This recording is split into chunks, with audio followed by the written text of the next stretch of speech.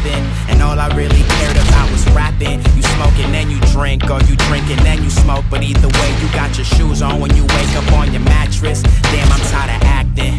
Kids in my city's lives are vapid. We resort to Patrick Bateman reenactments.